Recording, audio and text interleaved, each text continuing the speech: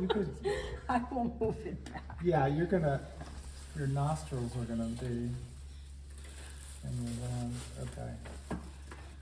Yeah. Okay. Well.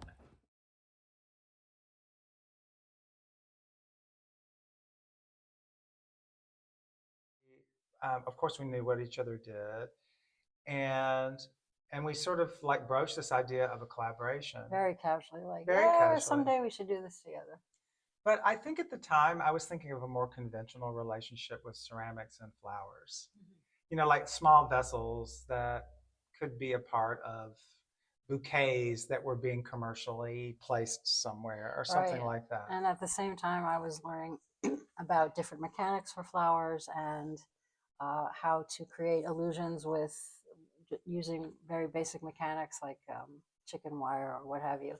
So the idea kind of grew out of that. I think I made a visit to your studio, and it just it was very organic. It just sort of came together, and we should do this, and we should do this. And I felt no sense of ownership, nor did I feel that Matt was doing that either. It was just, it was like this very organic way of coming together and figuring out what to do, which, by the way, we didn't figure out what to do. We just brought our materials and went to work. And I would venture to guess you can't do that with everybody. No, I think we both had a very similar intention for the collaboration, which was to push what we did to some new place that lives outside of marketplace, lives outside of other people's expectations and fulfilling on that. We just had this idea that we want to explore and push our own vocabulary for what we did through working with each other. And the studio visit was really, I had some of these components on the wall. I was working on the wall with some of them already, and they were in early stages. And this just felt like, oh, this is the architecture for our thing, because they were open, they are kind of hollow and vessel-y, and the language of them, there's an abstract language of the body and of natural forms. And so it kind of, that was in place to see, and I think we saw a way that we could show up on a wall and begin to work more spontaneously with materials and make something come together. And we just worked with what we had. I foraged a bunch of stuff. I had a bunch of stuff in the studio that was already drying or dried, and Matt's pieces really do lend themselves to multiple interpretations for use, and just how you react to them, how they appear to you. So yeah. I feel excited that this activated the street the way it did.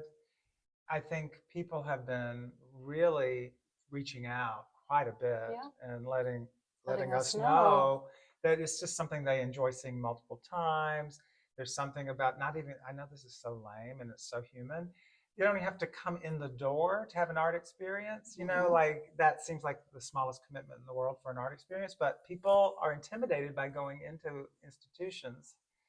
But this is just truly available to any passerby, and that's been an exciting aspect. And that was part of the reason for sort of extending it out to the outside. It wasn't our original vision, but it came pretty close, I feel.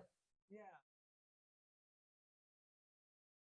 So, but I now have been, during the course of this, choosing to come down the street because it is so fun to see it in the light, and especially at night, because the reflection of the window goes away and there's lighting on the piece, and it has a lot of depth from the more theatrical lighting inside without the complication of the reflection. Yes. So I've really loved it at night. I did come by once at night, and I don't live that close, but it was a big difference, a huge difference. I like it this way, but I really loved it at night. It's a very shallow space. I think it obviously lends itself very well to just hanging works on the wall, but I wouldn't let it discourage anyone from coming in here and exploring this space. I mean, we had to be careful because there were fragile, breakable pieces, but I would almost see it as a challenge. Like, Yeah. You want to take on this space, have at it. And you have the entire Main Street that's going to look at it. So that's a big plus. Maybe it's a tight space, but look what you're getting in return for that. And I think it forces you to use your creativity and figure out how to problem solve.